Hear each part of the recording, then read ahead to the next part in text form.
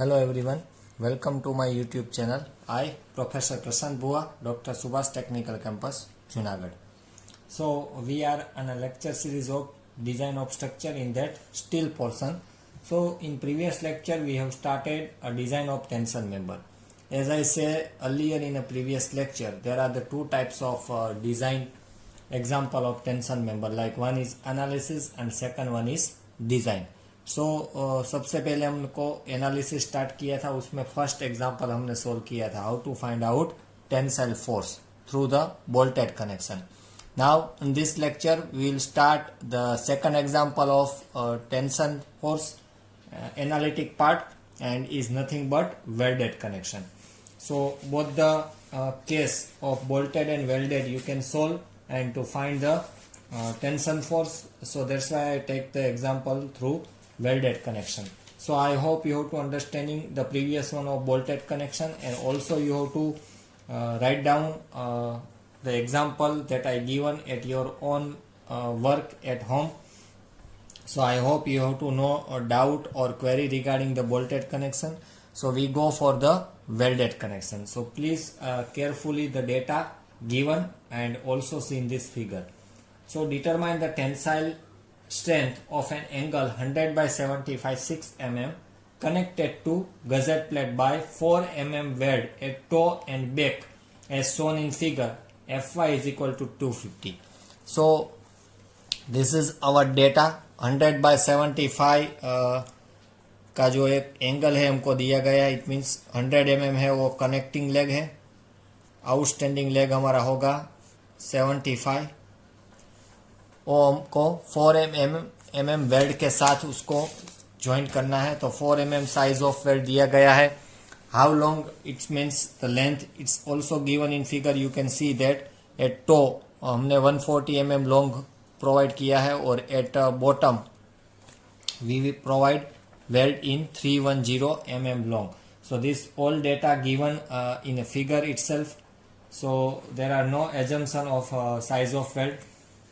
Now सबसे पहले हमको क्या करना है, CZZ फाइंड करना है स्टील टेबल में से, और जो गिवन डेटा हमको एंगल दिया गया है 100 by 75 by 6, उसको पहले हमको एरिया फाइंड करना है. सो हमको दिया गया है for ISA 100 by 75 by 6. So now open your steel table and find out first of all area of gross. So if you have to open the steel table and find this section, you got the area 1010 mm square. mm square में मैंने यहाँ पे लिखा है CZZ. CZZ अगर आप देखोगे steel table में से, तो उसका आ रहा है 13.1 mm. वहाँ से ZZ एक्सिस से वो पास हो रही है. Now we start very first step is nothing but strength governed by yielding of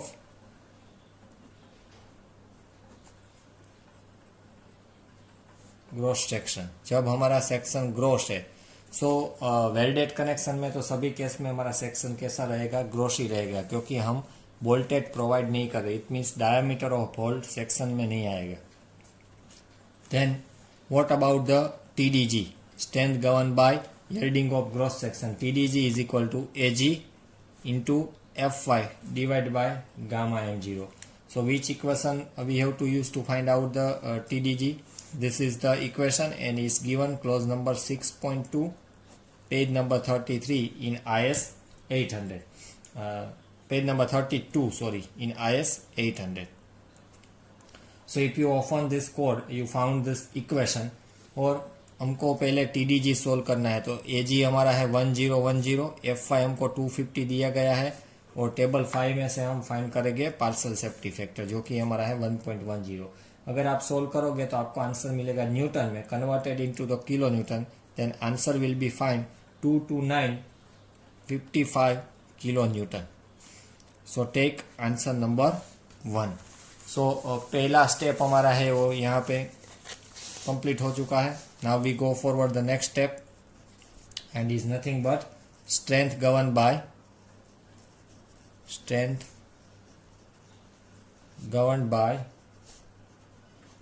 rupture of critical section. So अभी हमको क्रिटिकल सेक्शन जो हमारा है और जहाँ पे रैप्चर हो रहा है वहाँ की स्ट्रेंथ फाइंड करनी है। It means TDN। So TDN का इक्वेशन हमको दिया गया है close number 6.3.3 and it is given on page number 33 in IS 800। सो अगर आप ओपन करेंगे you find out the equation of TDN and it is like that 0.9 times ANC into FU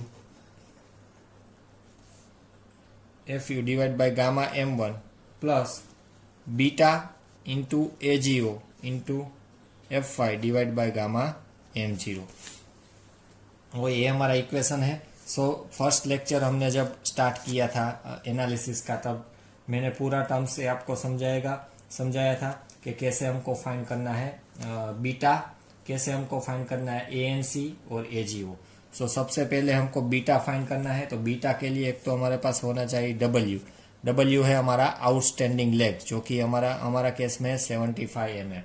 now BS की अगर बात करें, सो BS में भी weld का जो BS होता है वेल्डेड कनेक्शन के लिए, वो कैसा होता है, जो कि हमारा आउटस्टैंडिंग लेग का ही होता है, क्योंकि हम डायमीटर ऑफ होल तो प्रोवाइड नहीं कर सकते, तो CL लेग विक हमारी जो है वो आउटस्टैंडिंग लेग के जैसी होगी। नाउ अभी हमको LC लेना है, length of connection. So average weld length यहाँ पे लेना है। जब आपको डेटा में दिया गया है टो एंड बॉटम का वेल्ड लेंथ आपको दिया गया है, सो कौन सी लेंथ ले, क्योंकि टो पे हमको दिया गया है 140 mm और बॉटम में हमको दिया गया है 310। So we should take a average length, तो 140 प्लस 310 का अगर हम एवरेज करेंगे तो हमको लेंथ मिली है 225, तो हम LC के लिए 225 यूज करेंगे। Now we find out beta, तो बीटा का इक्वेशन सेम क्लोज में ही दिया गया है TDN के इक्वेशन के just below. So 1.4 minus 0.076 W by T और है F5 बाई FU और है BS बाई LC। ये हमने इलाबोरेट किया था फर्स्ट लेक्चर्स में। So I hope you to understanding with all the terms W, BS and LC। So 1.4 सभी की मैंने वैल्यू यहाँ पे पुट कर रहा हूँ। W हमारा है 75, थिकनेस है 6, F5 है 250 और FU है 410, BS हमारा है 75 और LC हमारा है 225। यहाँ पे आपको ये याद रखना है, you have to take average length of weld. So अगर आप ये सोल्व करोगे तो इसका आंसर आएगा 0.193 और फाइनल आंसर बीटा का आएगा 1.207। So as per the codal requirement beta की जो वैल्यू है वो 0.7 से ज़्यादा आनी चाहिए। तो हमारे केस में बीटा है वो सेटिस्फाई है। So there are no change in beta. और यहाँ पे तो डेटा एक्चुअली एनालिसिस में दिया गया ही होगा। So there are no change to finding out the beta. It should be always greater than 0.7। If analysis में अगर आपका बीटा सही नहीं आ रहा है then you go for the check for your calculation, it found some mistake, otherwise analysis के सम में beta की वैल्यू 0.7 से ज़्यादा ही आएगी, क्योंकि डेटा जो हमारा है वो हमको दिया गया होता है एग्जाम्पल में, तो वो करेक्ट ही होगा। Now next we go forward and finding out the remaining terms ANC।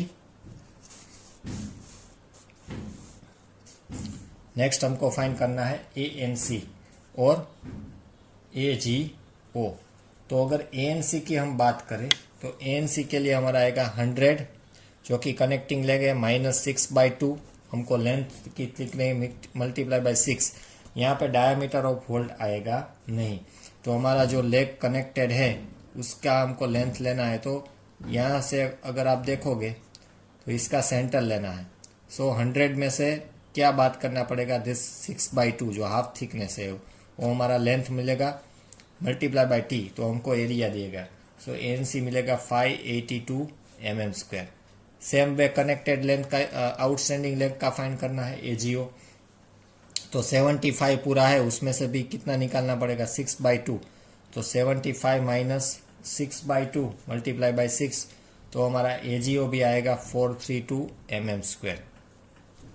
So likewise we found all the value required to finding out the TDN. So now अभी हमको क्या फाइंड करना है, TDN. TDN के लिए 0.9 times ANC into FU divide by gamma M1 है, plus beta into AGO into FY gamma M0 है. सो सभी वैल्यू में यहाँ पे पुट करता हूँ. ANC हमारा है 582, FU हमारा है 410 और गामा M1 जो कि हमारा है 1.25, प्लस बीटा हमारा है 1.207, AGO हमारा है 432, FY हमारी 250 है और गामा M0 है पूरा 1.10. अगर आप ये सोल्व करोगे तो इसका आंसर आएगा 171,806 न्यूटन, और ये आप सोल्व करोगे तो उसका आंसर आएगा 118505 न्यूटन.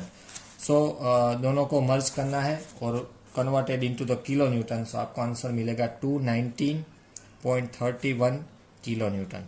Take answer number 2. इसको हम आंसर नंबर 2 देंगे. Next we find out, next our strength is known as, third step, strength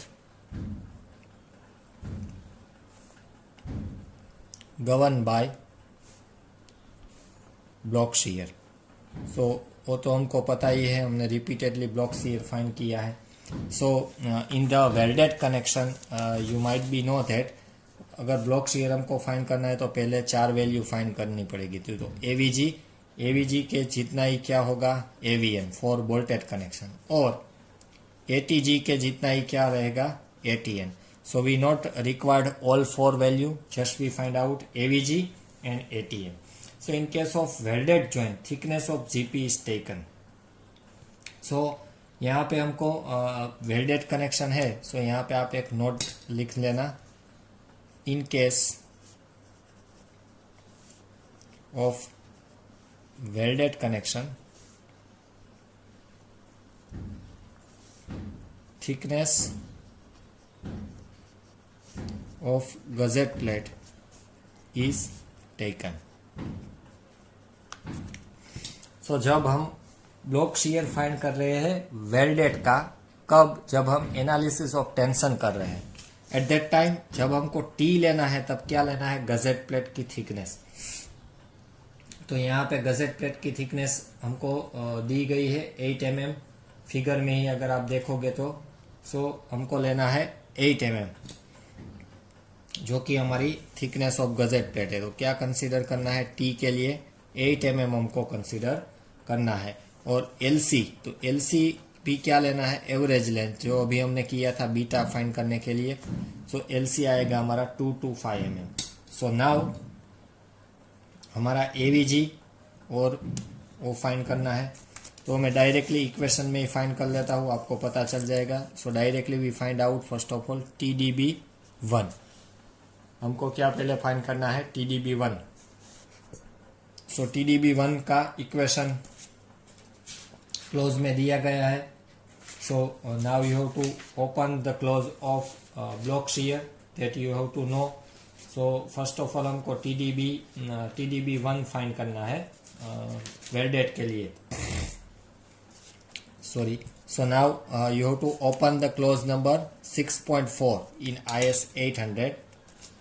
So TDB1 का इक्वेशन वहाँ पे आपको TDB का 2 इक्वेशन वहाँ पे आप फाउंड करोगे. उसमें पहले हम फाउंड करेंगे TDB1 AVG into FY divide by √3 into gamma M0 plus 0.9 times ATN into FU divide by gamma M1. तो AVG क्या रहेगा हमारा, जो कि हमारा लेंथ ऑफ एवरेज लेंथ क्या है 225 है, मल्टीप्लाई बाय 2. तो कि हमने एवरेज लेंथ लिया है तो हमने यहाँ पे कंसीडर कर लिया है टो में भी 225 है और बॉटम में भी. इट मीन्स टॉप में भी 225 mm लेंथ प्रोवाइड कर रहे हैं और बॉटम में भी. So that's why take multiply by 2. This ये हमारा सीयर लेंथ हो गया, मल्टीप्लाई बाय 8. वो हमको क्या मिलेगा, AVG मल्टीप्लाई बाय 250 हम करेंगे divide by √3 into gamma m0। ये हमारा फर्स्ट स्टेप हो गया। देन नेक्स्ट 0.9 टाइम्स ATN क्या आएगा, तो हमको परपेंडिकुलर डायरेक्शन में जाना है, तो पूरा 100 mm जो हमारा लेग है वही हमारा आएगा। 100 मल्टीप्लाई बाय 8। थिकनेस हमको याद रखना है, गजेट प्लेट की लेना है, यहाँ पे एंगल की लेनी नहीं है। सो ये हमारा ATN हो गया। F5 हमारा है, सॉरी FU हमारा है 410। यहाँ पे FU है, नॉट F5। F5 तो पहले आ जाएगा। सो FU 410 है, डिवाइड बाय 1.25। सो फर्स्ट जो हमारा इक्वेशन है वो उसको आप सोल्व करोगे तो आंसर मिलेगा 472,377 न्यूटन में मिलेगा। सेकंड आप इक्वेशन सोल्व करोगे तो उसका आंसर आ रहा था 236160। दोनों को मर्ज करो और converted into the kilo newton. So final answer मिलेगा 708.54 किलो न्यूटन। ये हमारा क्या है, TDB1। नेक्स्ट अभी हमको फाइंड करना है TDB2। तो TDB2 के लिए वही क्लॉज यूज करना है। सेकंड जो इक्वेशन हमको TDB का दिया गया है वो हमको यूज करना है। So TDB2 is equal to 0.9 times AVN into FU √3 multiply by gamma m1 plus ATG into F5 divide by gamma m0। So हमने AVG और ATG के लिए सेम जो हमारा ATG और ATN है वही हमको लेना है। सो 0.9 टाइम्स AVN क्या रहेगा, सो AVN हमारा रहेगा AVG के जैसा। तो AVG कितना आ रहा था, 225 मल्टीप्लाई बाय 2 और हमारा लेंथ हो गया, multiply by thickness it means 8। Then FU हमारा है 410 और √3 इंटू गामा m1 आएगा हमारा 1.25। ये हो गया। ATG आएगा हमारा ATN के जैसा, तो 100 मल्टीप्लाई बाय 8। F5 हमारा है 250 और डिवाइड बाय 1.10 गामा m0। तो फर्स्ट इक्वेशन अगर आप सोल्व करोगे उसका आंसर मिलेगा 613561 न्यूटन में मिलेगा। सेकंड आप यूज करोगे तो 181818 वो भी आपको न्यूटन में मिलेगा। दोनों को मर्ज करोगे और converted into the kilo newton. So finally you got the answer in kilo Newton. TDB2 is 795.40 kilo Newton. तो TDB जो हमारा है फाइनल ब्लॉक शियर, उसको हम डिनोटेट कर रहे हैं TDB only. So TDB is the smaller of TDB1 and TDB2। So TDB1 हमारा आ रहा था 708.54 और TDB2 आया हमारा 795.40। तो हम TDB क्या कंसीडर करेंगे, 708.54 smaller of this TDB1 and TDB2। ये हमारा रहेगा आंसर नंबर 3। तो हमने 3 स्ट्रेंथ यहाँ पे फाइंड कर ली है, जो कि हमने पहले एग्जाम्पल में भी वही स्टेप प्रोसीजर किया था। तीनों में से जो लिस्ट है, इट मीन स्मॉलर जो स्ट्रेंथ है उसको हम बोलेंगे TD। तो अभी हमको final design tensile strength find करनी है। सो दस tensile strength of member is smaller of the TDG, TDN and TDB। तो तीनों स्ट्रेंथ अगर आप देखोगे तो उसमें से जो स्मॉलर है वो हमारा क्या रहेगा, TD। तो तीनों में से हमारा स्मॉलर आ रहा है 229.55। ऑफकोर्स ब्लॉक शियर स्ट्रेंथ तो ज़्यादा ही है। हमको TDN मिला था 290 और TDG मिला था 229। तो TDG हमारा स्मॉलर होगा, वो उसकी वैल्यू है 229.55 kilo Newton. So this is our final answer of design tensile strength for given our particular section. Now we find out or check the efficiency of this tension member. So last step is remaining, efficiency of the tension member. So efficiency हमको find करना है। तो उसके लिए TD divide by TDG multiply by 100। सो आपको ये तो मैं फाइंड कर रहा हूँ वेल्डेड की। अगर आप वेल्डेड का एग्जांपल सोल्व कर रहे हो तो उसकी efficiency you very well know we have to already complete the welded connection chapter also। so अगर आप welded connection कर रहे हो तो उसकी एफिशिएंसी क्या आ रही थी 100%, क्योंकि यहाँ पे डायमीटर ऑफ होल प्रोवाइड करते नहीं है। इट मीन्स हमारा जो ग्रॉस एरिया है वही हमारा इफेक्टिव एरिया है। सो हम चेक करेंगे TD हमारा आ रहा था 229.55 और ग्रॉस पी क्या आ रहा था 229.55 मल्टीप्लाई बाय 100%। तो क्या स्ट्रेंथ आएगी 100%। तो मैंने बोला कि वेल्डेड कनेक्शन अगर हम सोल्व कर रहे हैं तो उसकी स्ट्रेंथ ऑलवेज कैसी रहेगी, एफिशिएंसी कितनी रहेगी 100%। So there is no reduction in area in welded connection and that's why the efficiency of member is not reduce. So आपको वाइवा में अगर एक क्वेश्चन आ रहा है कि क्यों वेल्डेड की एफिशिएंसी 100, अदरवाइज ऐसा भी पूछ सकते हैं कि कौन से केस में हमको जो हमारा स्ट्रेंथ है उसका एफिशिएंसी 100% मिलता है।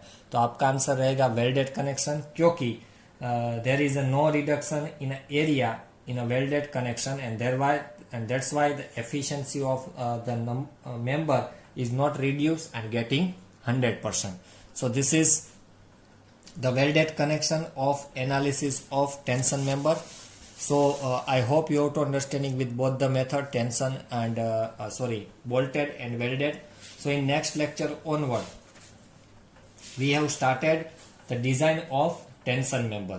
So analysis यहाँ पे हम end करते हैं। next lecture में हम start करें design of tension member का example। वो भी very simple है।